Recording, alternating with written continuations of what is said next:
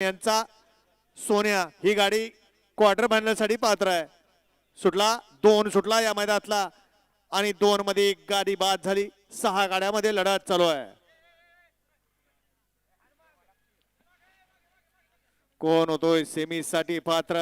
अतिशय सुंदर अशी लढत शेवटच्या क्षणी बघाची कोणी मारली लढत पाहायला मिळाली। सेमी फायनल 1 मध्ये सुंदर अशी गाडी फायनलला पात्र झाली, त्याबद्दल या बागड बैलाचे मालक पप्पू सेठ आलगुडे राजगड, शिवाजी नाना भिकोले, सुमित सेठ शिळीमकर आणि राजू शेठ मांगडे यांच्याकडून सोन्या ड्रायव्हर चिंदवलीकरांना 1000चा इनाम आहे आणि समालोचनकर्त्यांना 500चा इनाम आहे। मनपूर्वक धन्यवाद।